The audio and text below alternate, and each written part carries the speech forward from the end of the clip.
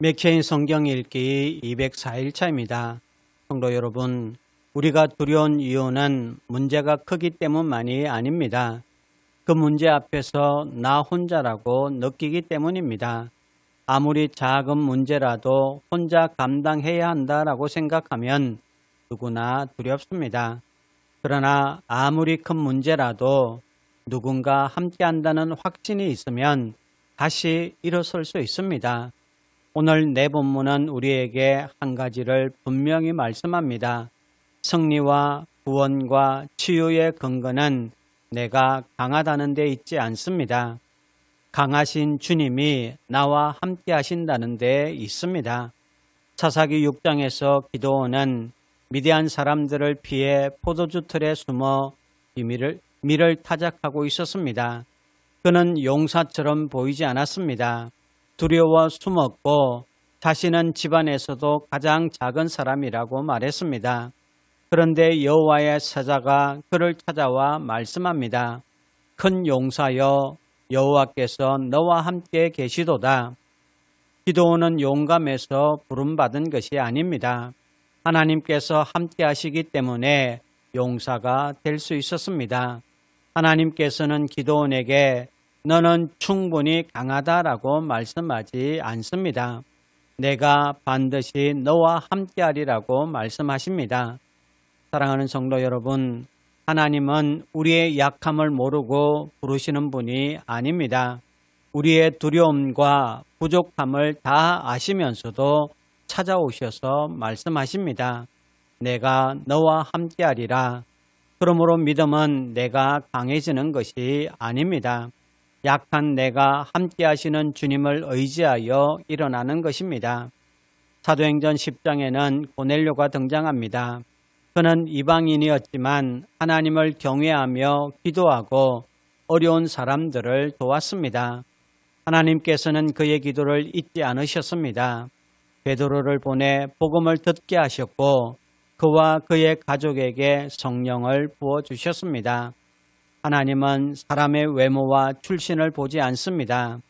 하나님을 경외하며 그분을 찾는 사람에게 가까이 하시고 말씀과 사람을 보내어 구원의 길로 인도하십니다. 기도가 즉시 응답되지 않는다고 해서 하나님께서 듣지 않으시는 것이 아닙니다.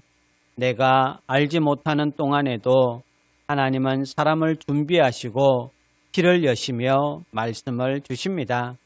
하나님을 경외하는 사람의 기도는 하나님 앞에서 사라지지 않습니다. 그러나 예레미야 19장에는 전혀 다른 모습이 나옵니다. 유다 백성은 하나님의 말씀을 반복해서 거부했습니다. 우상을 섬기고 무지한 피를 흘리며 하나님의 길에서 떠났습니다.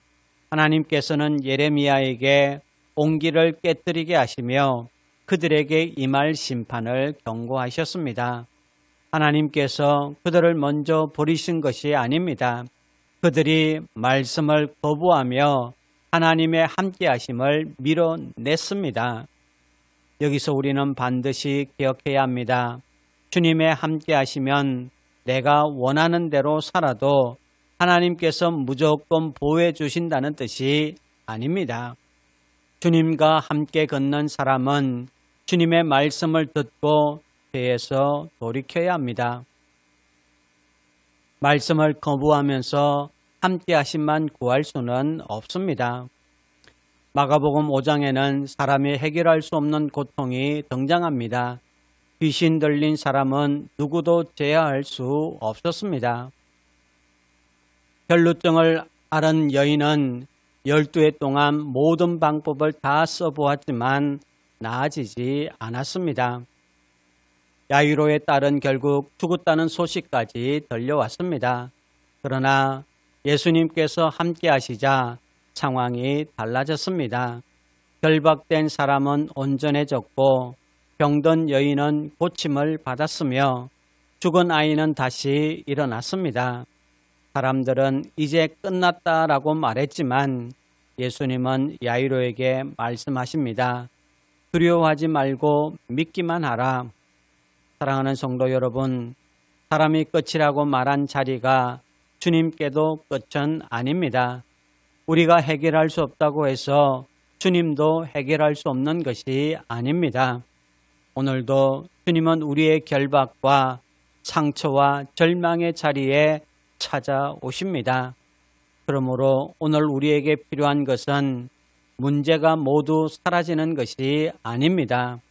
문제보다 크신 주님이 나와 함께 하신다는 믿음입니다.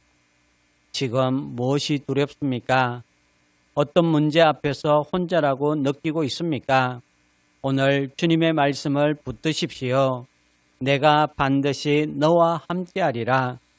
주님께서 함께 하신다는 이 믿음으로 두려움에서 일어나고 죄에서 돌이키며 상처와 절망 속에서도 다시 소망하는 성도 여러분 되시기를 주님의 이름으로 축원합니다. 이제 오늘의 성경을 함께 읽겠습니다.